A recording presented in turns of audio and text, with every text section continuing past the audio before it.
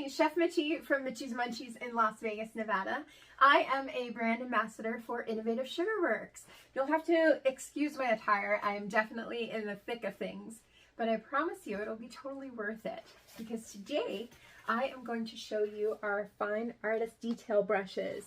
This has become my most prized possession here in the studio, aside from my color wall and my sugar shapers and my turntable extender and the sugar structures. I digress. Let's get back to the kit right here. Look at this. Aren't these brushes just so gorgeous? I love this for traveling, which I often do. It has a built-in easel, so it makes keeping track of your brushes a lot easier, and you don't have to worry about them rolling away because they have their own little compartment. And then you have some bonus storage here, which is great for your floofy brushes. At least that's what I call them. Your nice fluffy dusting brushes. So, are you guys ready to have some fun? I can't wait to show you how to hand paint a cute decoration for your cake. For this project, I'm going to use some gel colors. I will need a paint palette, as well as my turntable with my Silpat, and a water cup for rinsing brushes and adding it to the gel colors. Now, I intend to use this decoration for a client cake, so that is why I'm wearing gloves.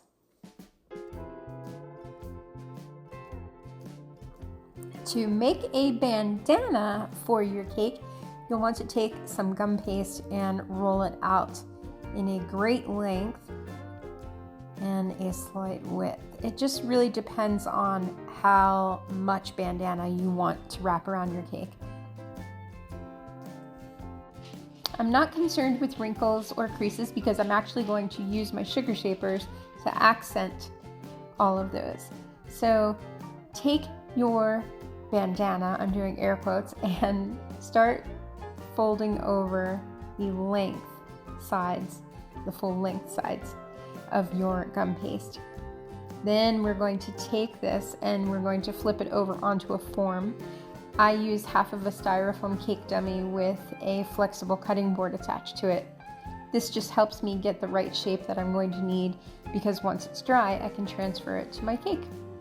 Now I'll take the sugar shapers and I'm going into those creases and wrinkles that I made with the rolling pin, and I'm just accenting them. This one is the point, and then we're going to use the chisel point as well.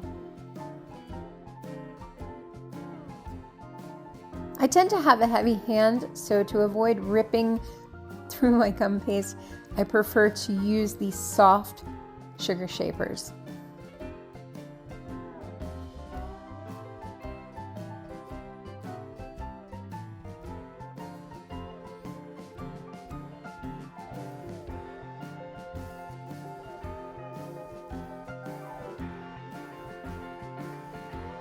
Once I have my folds and creases where I like them, I'm going to go ahead and trim off the excess, anything that is hitting my work surface. Now I'm going to turn that excess gum paste into a knot. Now think about how the knot looks on a bandana. You'll want to mimic that as best as possible. So what I do is I take off two small sections. Those are going to be the tail of the knot, and now this is going to be the center. Basically, I just roll it out on the thicker side, and then I'm going to fold it into itself like I'm actually tying the knot, and then I'll secure those ends to itself just on the back side. I don't press down on it too hard because I want it to keep that bulbous material look.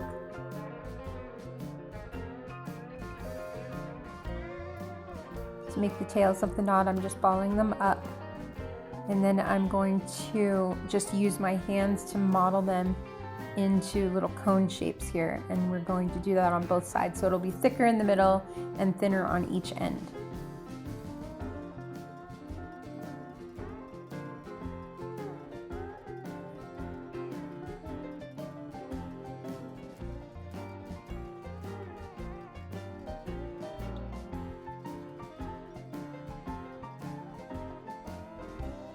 Once you have them to your liking, you're going to attach them to the back side of your knot. So I just lift up one of those little flaps and let it stick to itself. You may need some water, but it just really depends on the environment of your workspace. I live in a dry climate, but I got lucky and everything was sticking to each other nicely.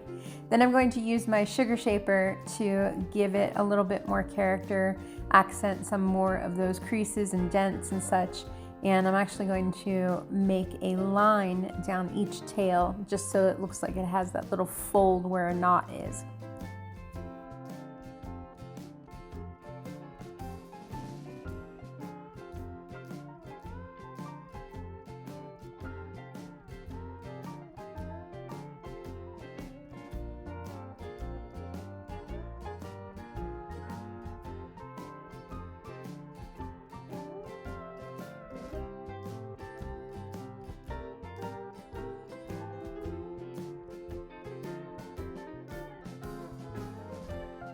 Set that aside to dry.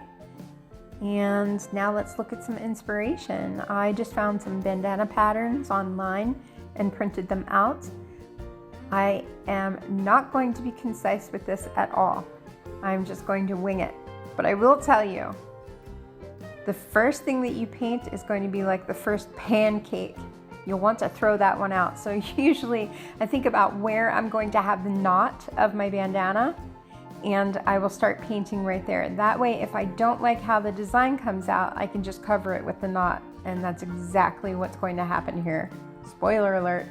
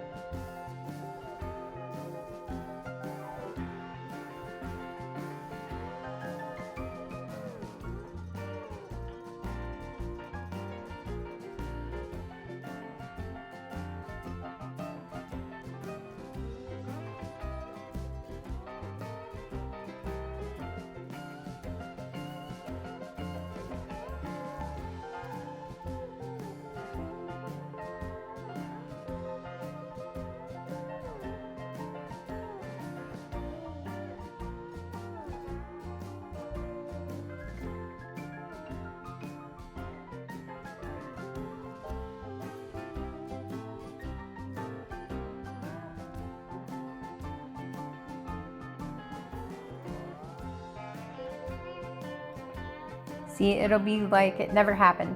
Ta-da! Don't worry about not having a steady hand. These brushes are amazing. My hands shake from time to time. I'm not perfect with my painting, and sometimes I make myself nervous. But these brushes, they're ergonomically designed to fit your hand comfortably so that you're not holding them awkwardly. For extra stability, you'll see it every now and then while I'm painting. I will use my pinky finger as a fulcrum, and what that means is it's holding onto the surface, kind of like an anchor for my hand. So it's just pointed down on the surface, and it's helping me keep my paintbrush above my product so that I don't slip and, make an awkward mistake. But if you make mistakes, lemon juice will clean it up.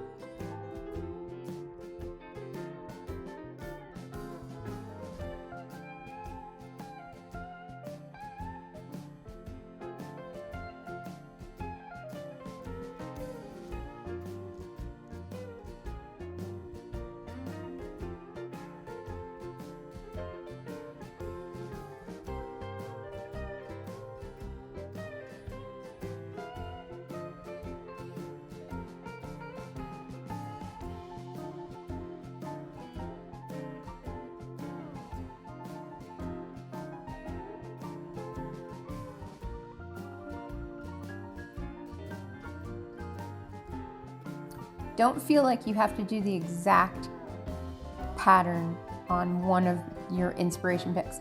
I did a mix of everything, and then I got really creative and started putting in my own little designs, because that's what art is. It's supposed to be our interpretation, not a copy of someone else's work.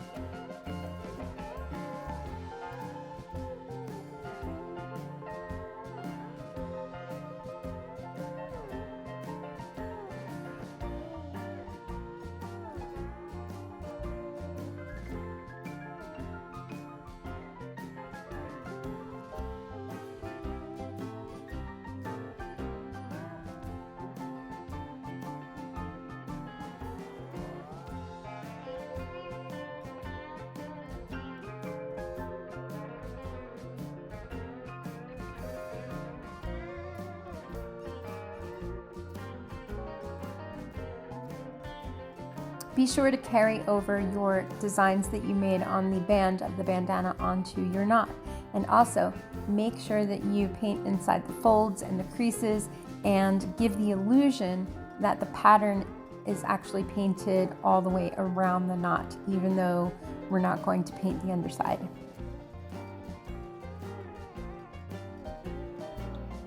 When I'm ready to assemble, I look at it on both sides and decide which is going to be top, which is going to be the bottom. To adhere the knot, I'm just going to use a little bit of water, just a touch. You don't want to oversaturate it.